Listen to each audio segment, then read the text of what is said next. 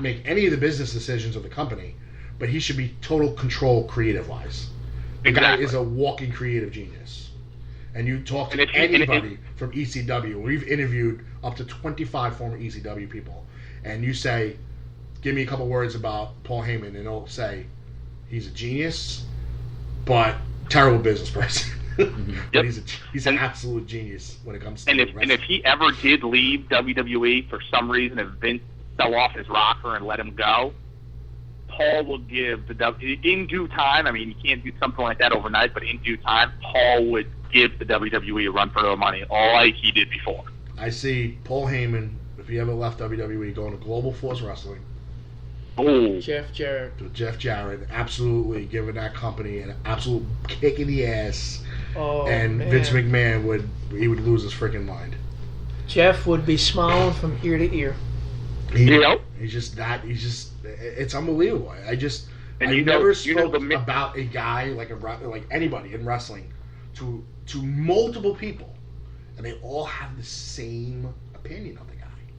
They're like, the guy couldn't balance a checkbook. That's true. He couldn't book TV. He couldn't do anything simple when it came to business. But when it came to just a creative imagination and gimmicks and storylines, they said he was just unmatched, absolutely unmatched. And I mean, I'm talking Rhino, Al Snow, Angel Orsini, Just Incredible, the Headhunters, anybody I spoke to, ECW wise that we've had. And I'm told we've had about 25 different people on this show from ECW. We've all asked them that Paul Heyman question, and every single same one, response. All of them had that same question. And I'm talking about the Paul Heyman. I'm not talking about the diluted poo-poo ECW that WWE ran when Ezekiel Jackson was running around as champion. No, I'm talking Rhino, the last ECW heavyweight champion. That's what I'm talking about. You know, not that merger crap. I mean, I don't even like to bring that up when they come on the show. Oh. Now, when I think ECW, I think the original. I don't consider that Sandman, WWE version Raven, of it. like all of the Dudleys. Every single one. We had Devon we interviewed. Same thing. Yep. Actually, JT interviewed him, and he asked him about that. Two questions he asked him, which I thought was his first. It was his first interview, so I gave him props. Was Paul Heyman and the most favorite person he ever they ever put through the table, which was Mae Young.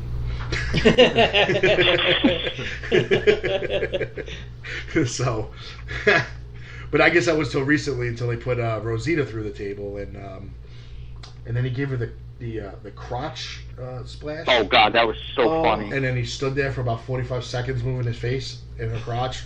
Yeah. What a lucky man. That's how they are, man. What a lucky man. They are great to work with. But it's funny, they're the complete opposites. Devon is so happy-go-lucky, easy to work with. Can I get an interview? Yeah, sure, no problem. And then Bubba Ray is just so standoffish. Yeah, I met him at Bar A, and he's just like, leave me alone. Yeah, you know, he's very business-oriented. Yeah. But you know who else is like that? Rob Van Dam. Van Dam. I mean, I love Rob Van Dam, but he's a jerk. When it comes to getting anything interview-wise from me, he was a jerk. We saw him at Wrestling Spectacular. It was right after Sonny passed out, and that all happened, and everybody everybody basically closed shop after that. And everybody was like, all right, that's a sign. Everybody closed shop. They were getting ready to leave. And I'm standing there in front of, I had the damaged shirt on, that damaged hat, winding around my neck. I'm sitting in front of my table, which still has the banner on it, the banner on the wall, two people standing behind the table with the banner, including Pitbull Gary Wolf and Axel Rotten. Two of his former co-workers at ECW, at my table. And I wanted a picture with them. And he goes, Are you with the company? I said, no, I'm a vendor. I said, it's my table right here. I was like, I got your boys over here. He was like, yeah, okay, I guess so. Really? Like, really? Like, really? You're doing me a favor, I guess. Like, come on, bro. Ouch. You're headed out to the parking lot. You're the only idiot that showed up with a championship belt around your shoulder.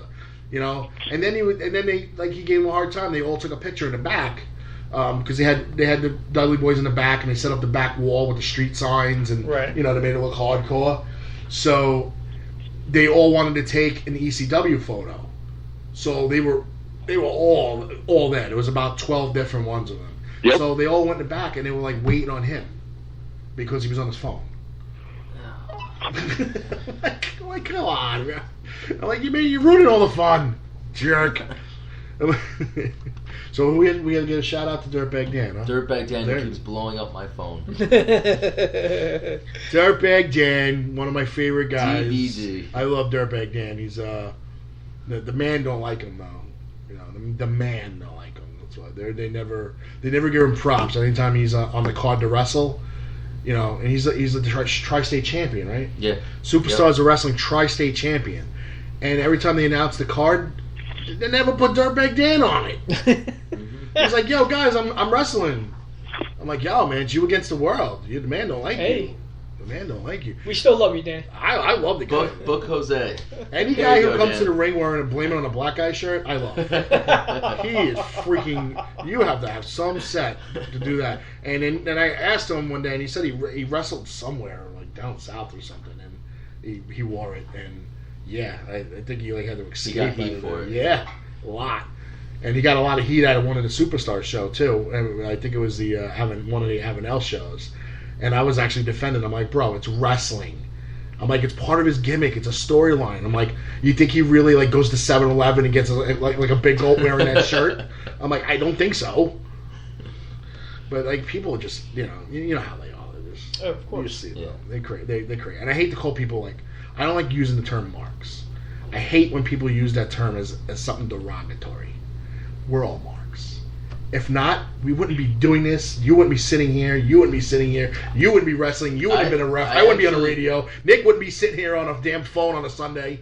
I actually thanked Jake the Snake at the JCW show because he inspired me to be a wrestler. We're all marks. And the fact that people use this as a derogatory statement makes me really pissed. Because mark is just a word for fan.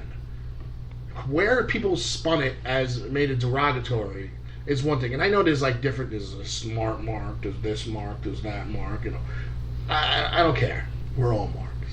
It's a professional word. That's all it is. It's a freaking urban legend word of a fan that likes wrestling, and too damn bad because. If we weren't marks, we wouldn't watch it, and it wouldn't be on TV, and we wouldn't pay for it, and we wouldn't have the network, and we wouldn't be talking about it, and we wouldn't be excited when, you know, so-and-so shows up at an event, you know, where it's Jake or Sandman or anybody else, or soon to be Nikolai Volkov and Sandman and all those guys at the Superstar show, you know, or Six Flags with JCW with that huge... I cannot wait huge for that cast show. Of characters are going to be there. I think there's going to be 13 former mainstreamers, and I think 6 of them are WWE Hall of Famers. Yes. So I mean, it's just it's outrageous, and of course, you know, again, I love independent wrestling. Nick loves independent wrestling. JT loves it. We all love it. If not, we wouldn't be doing this. And you know, I could totally find different things to do on a Sunday. You know, like go to Point Pleasant. You know, or go to eat, you know, something. But I like spending my Sundays at 6 o'clock going on the air, talking to people like you guys, and recapping shows, and getting my interviews, like the one I'm going to play in a couple minutes with Jim the Anvil Neidhart. I mean, this is what I like. This is what I want to do, you know. I can't wrestle. I'm like 3 bumps from a hospital bed, so it's not going to happen. 3, Kev? 3, yeah.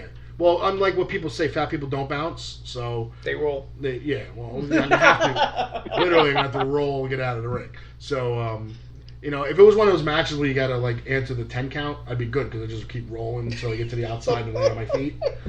That'd be okay, but... Yeah, I'm like... You know, if it was 15, 20 years ago, you know, it's fine. I mean, I wrestled in high school. And then I did, you know, the whole... if you want to call it backyard wrestling playground in my house, though. We used to set up mattresses all over the floor, and my parents, both deceased, so please don't be listening to this right now. I mean, we used to be jumping off couches, furniture, TV stands. Don't try this at home, kids. Yeah. I don't know how any of us didn't break bones or skulls or anything, but we had our own theme music. We used to set up charts on the wall with brackets and matches. We ordered all the WWE foam replica belts out of the magazine. We wore all those. We used to take electrical tape and tape the whole. We used to take the plates off the belt, which were foam, so you would take the plastic plates off the belt, retape the whole belt in electrical tape, colored electrical tape, and change the color. And this was before Ultimate Warrior did it, Shawn Michaels did it, all those guys did it. We were doing that. Wow. Okay, and then we take the Velcro and put it back on the foam. So that brown Intercontinental belt that they used to give you, the brown foam, we used to make like an electrical tape green, yellow, white. The heavyweight belt was red. The tag team belts were blue. Like, we used to change all the belts. Whoever had it got to change it to whatever. And everybody got to share time. We all decided who was going to be. It was like the NWA before the NWA. We were like, we got to decide who's going to be champ, how long, who are you going to wrestle, who are you going to lose to, how was going. We used to go over everything. You know, we used to put foreign objects hidden in the living room and stuff like that. I remember winning a match because I hit my guy over the head with a spittoon because my stepfather used to chew tobacco.